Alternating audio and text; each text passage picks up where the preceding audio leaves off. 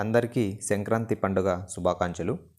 ముందుగా AP DSC aspirants ఎవరైతే ఉన్నారో వాళ్ళకి గుడ్ న్యూస్ అని చెప్పొచ్చు.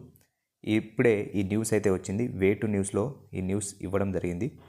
నిరుద్యోగులకు సంక్రాంతి కానుకగా విద్యాశాఖ మంత్రి బొత్స సత్యనారాయణ కీలక ప్రకటన చేశారు. సంక్రాంతి తర్వాత డిఎస్సి నోటిఫికేషన్ ఇస్తామని వెల్లడించారు. పోస్టుల వివరాలు త్వరలో ప్రకటిస్తామని చెప్పారు.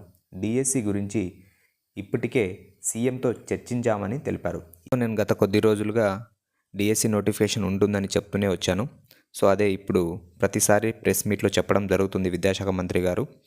Before election notification definitely DSC notification ఉంటుందని నేను నమ్మాను. చూద్దాం ఇప్పుడు ఏం జరుగుతుందో. సో ఎనీవే మీరైతే డిఎస్సి నోటిఫికేషన్ ఉంటుందని మీరు ప్రిపరేషన్ని కంటిన్యూ అయితే చేయండి.